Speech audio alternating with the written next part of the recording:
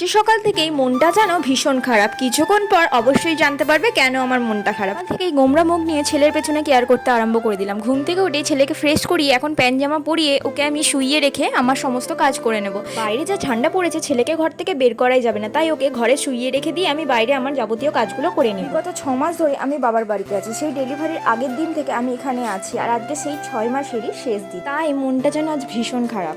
যাই হোক, সেসব কথা বাদ দেওয়া যাক। ঋষিকে এখন শুইয়ে রেখে পাশে বালিশ দিয়ে আমি যাচ্ছি বাইরে ফ্রেশ হতে।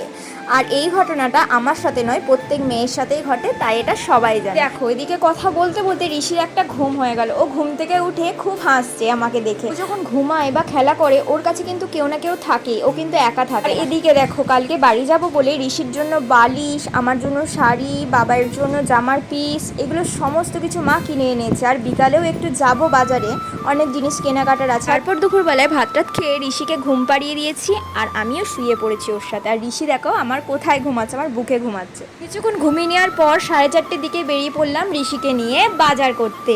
এই যে দেখো ঋষি কেমন দেখছে। আর কিছুক্ষণের মধ্যেই টোটো পেয়ে গেলাম আর ঋষিকে নিয়ে চেপেও পড়লাম। আর দেখো একটা মজার জিনিস, আমার পাশে যিনি বসে আছেন তাকে দেখে ঋষি অনেকক্ষণ ধরে হাসছিল।